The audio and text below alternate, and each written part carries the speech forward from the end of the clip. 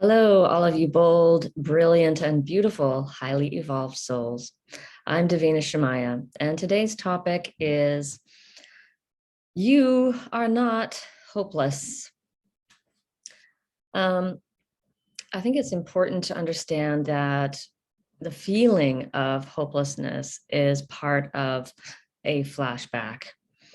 And what I'm just discovering through feeling through my feelings this morning, it just becomes more and more evident that I had this really down feeling, like I kind of was like, oh, feeling it's hopelessness is a really like, I don't know, for me, it just feels like a really down kind of feeling, down on myself, down on life. And the thoughts that what I was catching was like, how am I going to do this? And how am I going to do that? And how is this going to be possible? And it just felt like, it feels like the world is very small when things are hopeless. Like there's the possibilities are limited.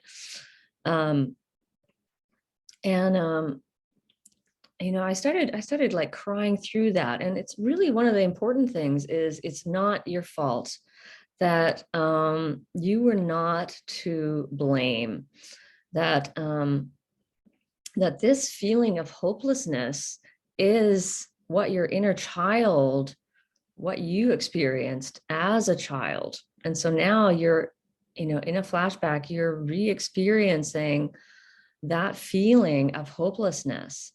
And what I'm discovering is the power of, like it's not your fault, and the power of validation. Just, of course you're feeling hopeless. Of course you're feeling hopeless. You have no parental guidance. Like, talk to your inner child as if it's like really present, because for her it is that subconscious part of you that has kind of come to the surface. you know yeah, of course you felt hopeless. Like you had no parental support, no parental guidance. No one was there to even acknowledge your feelings or teach you anything. um I was thinking, like, at the end of when I graduated high school, no one talked to me about, like, what do you think you want to do with your life? What kind of career are you interested? What subjects do you think, are you going to go to university? Like, no one had this conversation with me. Of course, there were a million conversations that never happened, because I had zero parent, like a no, almost no parental support. So, the feelings that can come up are, number one is like shame. I think that's maybe the first feeling we experience, is like just shame. Like, what's wrong with me? Why aren't my parents paying attention to me? Why aren't my parents, validating me? Why aren't my parents, you know, um, showing me, some comfort and some love when I'm suffering or crying? And of course, the immediate thing we think of is, it must be me. There must be something wrong with me. I must be defective. I must be unlovable, um, instead, of course, we wouldn't have come to the conclusion that, oh, my parents must be really fucked up. Excuse my French. But yeah, so we blame it on ourselves, so there's a lot of self-blame. And I notice that a lot when I'm suffering lately, that I'm thinking, oh, it's your fault and you don't really feel this way. And, if you were doing it right, you wouldn't be feeling so sad right now. You could feel happier if you wanted to. And all this, like, I notice, like, that's more the narcissistic, like, kind of crazy conditioning. I'm going on a rant this morning, so it's going to go in tangents. But anyway, so there's the shame that comes up, and yeah, like, what's wrong with me, and why aren't my parents, paying more attention to me? So of course you're going to immediately conclude that it, had something to do with you, that there was something wrong with you. So there's the shame. And then what comes up is the fear, of course, like terror. Like this year, I've been feeling like absolute the terror of being abandoned emotionally, and sometimes even just physically, in terms of like distance, in terms of like they weren't even like physically there.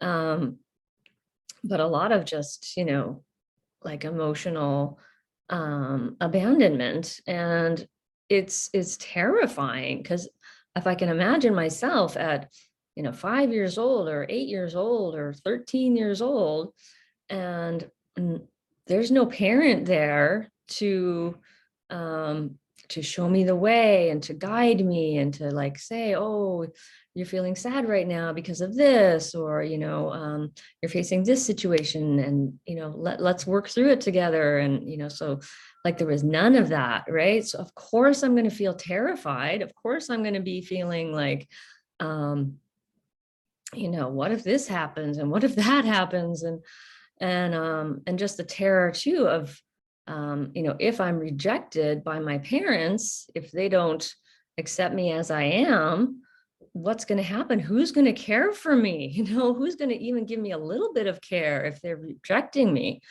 Which of course is why we end up contorting ourselves to try and please our parents.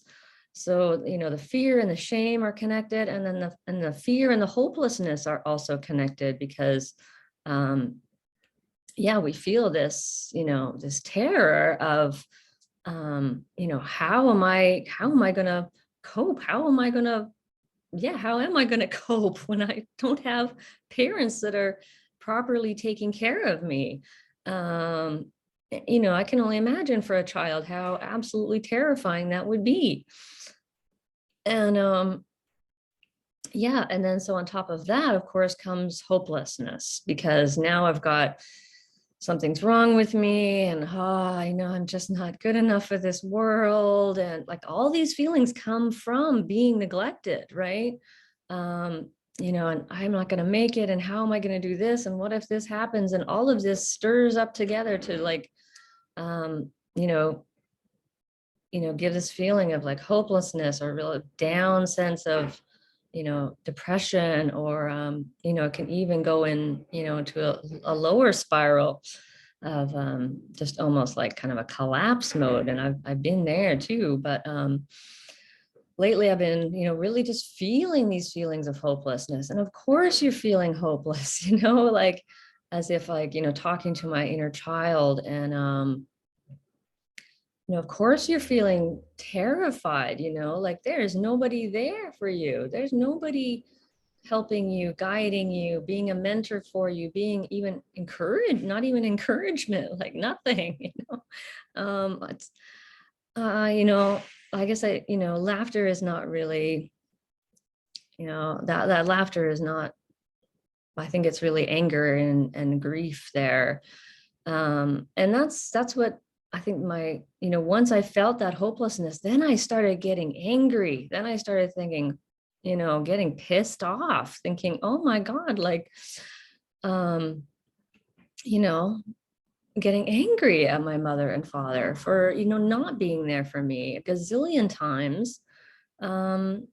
And we always go back to but they did do this and they did do that. And, we need to swing the pendulum to the other side. I've already been in denial for, I was in denial for 49 years of my life, thinking that it wasn't that bad. So now I need to like look at those parts that were that bad,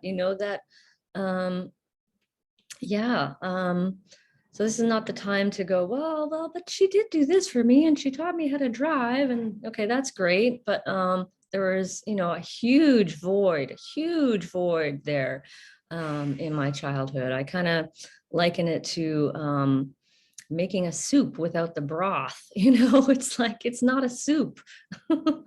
It's a few vegetables in a pot. You need that broth too. The broth is the emotional connection and all that other stuff that we need as children to become thriving adults. And I think also I thank and I'm just so proud of my inner child and what she accomplished.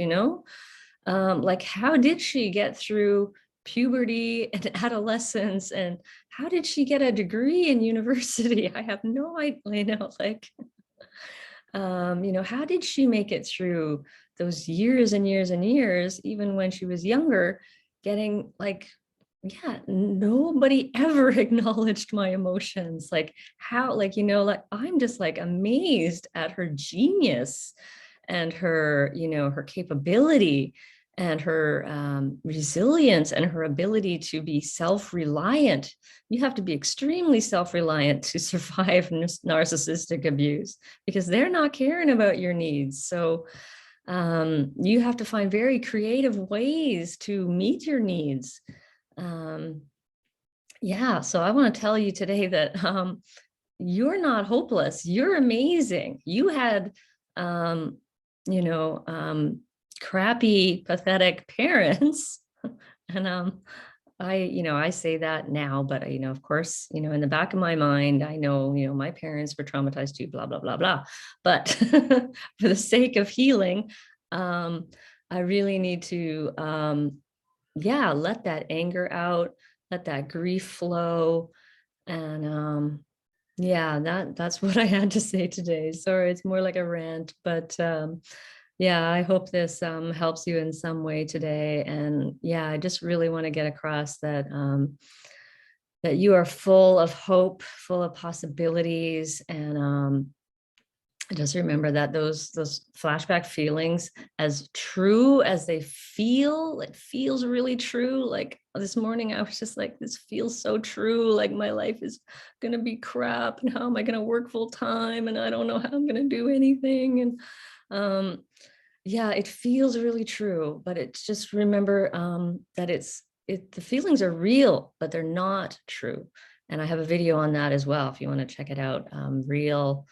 I think it's called Flashbacks, Real but Not True. So anyway, I think I'll wrap it up there. And thank you very, very much for watching my videos. And I do wish you many, many blessings on your journey of healing and awakening.